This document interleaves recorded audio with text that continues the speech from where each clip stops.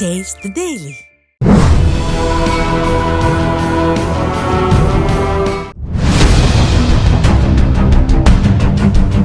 அப்பாவி ஏழை மக்களின் உயிருக்கு நியாயம் கேட்டால் வெளியே போ என்று விரட்டுவது, பிரதான எதிர்க்கட்சி தன் பணிகளை செய்தால் சஸ்பெண்ட் செய்வது, இதுதான் இந்த திமுக அரசின் தாரக மந்திரம்.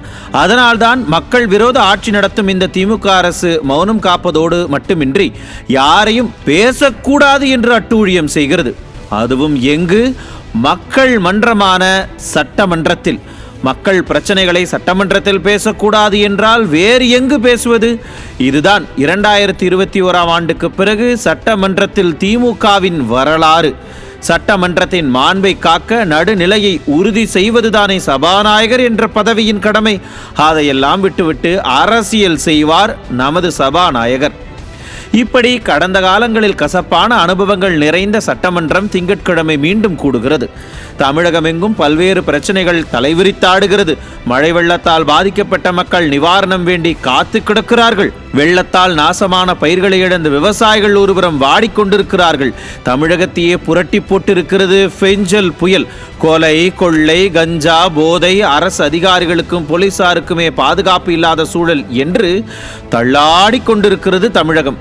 இதை பற்றியெல்லாம் இந்த சட்டமன்ற கூட்டத்தொடரின் போது விவாதிக்குமா திராவிட மாடல் அரசாங்கம் என்று எதிர்பார்ப்பில் காத்து கொண்டிருக்கிறார்கள் தமிழ்நாட்டு மக்கள்.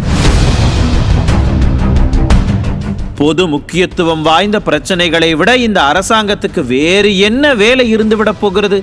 அங்கு நாடாளுமன்றத்தில் மத்திய அரசை பார்த்து அந்த பிரச்சனையை விவாதிக்க வேண்டும், இந்த பிரச்சனையை விவாதிக்க வேண்டும் என்று அழுத்தம் கொடுக்கும் எதிர்க்கட்சிகள் இங்கு ஆளுங்கட்சியாக அமர்ந்து கொண்டு என்ன செய்து கொண்டிருக்கின்றன? பாஜகவுக்கும் திமுகவுக்கும் அப்படி என்ன பெரிய வித்தியாசம்? அதிமுக என்ன கோரிக்கைகளை கேட்கப் போகிறதோ என்று பார்த்து பார்த்து பயந்து போய் இருக்கிறதா திமுக. அதிமுக மக்கள் பக்கம் நிற்பதையும் மக்கள் அதிமுகவின் பக்கம் நிற்பதையும் பார்த்து அஞ்சி நடுங்கி கொண்டிருக்கிறதா திமுக. மக்கள் பிரச்சனைகளை சட்டப்பேரவையில் விவாதிக்குமா திராணியற்ற திராவிட மாடல்? எந்த கொம்பனும் குறை சொல்ல முடியாத ஆட்சி என்று மாறுதட்டி கொள்ளும் முதல்வர் ஸ்டாலினின் நிர்வாகத் திறமையை நார் நாராக கிழிக்க ஆயத்தமாகும் எதிர்க்கட்சிகளை பார்த்து பயந்து கிடக்கிறதா திமுக? இது போன்ற கேள்விகளுக்கு சட்டமன்ற கூட்டத்தொடரில் நிச்சயம் விடை கிடைக்கத்தான் போகிறது.